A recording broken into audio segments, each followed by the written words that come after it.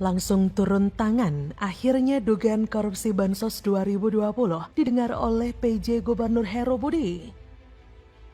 Setelah dilihat sebanyak 4 juta views, akhirnya kabar dugaan korupsi bantuan sosial atau Bansos era mantan Gubernur Anies Baswedan terdengar sampai ke telinga PJ Heru. Seperti diketahui, PJ Gubernur DKI Jakarta Heru Budi Hartono buka suara terhadap dugaan korupsi program Bansos Pemprov DKI Jakarta tahun 2020 senilai 2,85 triliun. Dugaan korupsi Bansos ini diungkapkan akun Twitter @kurawa 9 Januari 2023. Saat dikonfirmasi, ia mengaku tidak mengetahui dugaan korupsi Bansos tersebut. Menurutnya, program Bansos tersebut merupakan program lama yang artinya ketika DKI dipimpin oleh Anies Baswedan. Heru menegaskan jajarannya kini telah merekonsiliasi data penerima Bansos di ibu kota. Proses rekonsiliasi itu menurut dia telah berlangsung selama 3-4 kali. Heru kembali menyebut bahwa dia tidak mengetahui soal program Bansos Pemprov DKI tahun 2020. Tapi yang jelas dengan bukti-bukti yang ada, para penegak hukum dan juga jajaran Pemprov DKI harus mengusut kasus ini karena sudah ada banyak bukti yang telah terkumpul. Seperti diketahui, akun Twitter @kurawa membeberkan kronologi dugaan korupsi program Bansos Pemprov DKI melalui sebuah utas atau tweet di Twitter. Menurut dia, Pemprov DKI kala itu pada 2020 hendak menanggulangi pandemi COVID dengan menyalurkan bansos nilai 3,65 triliun dalam bentuk sembako. Ada 3 rekanan terpilih untuk menyalurkan paket sembako senilai 3,65 triliun tersebut, yaitu lewat Perumda Pasar Jaya, PT Food Station, dan PT Trimedia Imaji Rekso Abadi, di mana porsi terbesar diberikan kepada Perumda Pasar Jaya senilai 2,85 triliun. Akun tersebut mengklaim tidak mengetahui mengapa penyaluran bansos terbesar melalui Perumda Pasar Jaya, salah satu BUMD DKI Jakarta.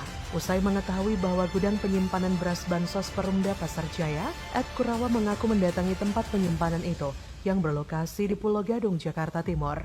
Ia tak menjelaskan secara rinci kapan mendatangi lokasi tersebut. Namun akun @kurawa mengatakan ada 1.000 ton beras dengan bentuk paket 5 kg di tempat penyimpanan itu. Menurut dia, kondisi beras di sana sudah rusak. Beras itu seharusnya disalurkan pada 2020-2021 untuk warga ibu kota. Namun menurut akun Kurawa hingga kini, beras itu masih berada di tempat penyimpanan tersebut. Setelah itu akun @kurawa mengaku menemukan dokumen forensik audit dari salah satu kantor akuntan publik terhadap bansos tersebut. Akun Kurawa bahkan mengunggah sebuah dokumen berjudul Risalah Rapat.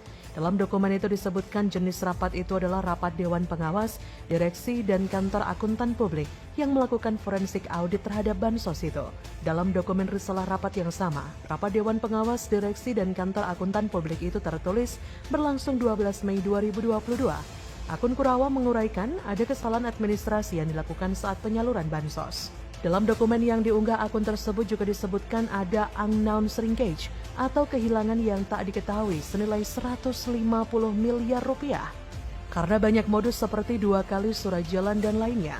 Menurut akun Kurawa, aparat penegak hukum harus bertindak berdasar temuan kantor akuntan publik tersebut. Karena ada unknown shrinkage senilai 150 miliar rupiah. Akun Kurawa mengaku akan terus menelusuri lebih lanjut berkaitan dengan hasil audit forensik dari kantor akuntan publik itu terhadap bansos. Ia lalu mengunggah dokumen berisikan nama-nama yang disebut sebagai penyuplai beras bansos hasil penelusuran kantor akun publik tersebut. Akun @kurawa juga mengunggah hasil tracing KAP-EY, dokumen berisikan nama-nama yang disebut mendapat jatah pengadaan bansos, mulai dari relawan Anies, anggota DPRD dari parpol pengusungnya hingga bohir swasta. Inilah mengapa PJ Heru dan para jajarannya harus mengungkap kasus besar ini, karena bukan hanya negara, tapi rakyat juga mendapatkan kerugian yang sangat besar. Bagaimana menurut Anda?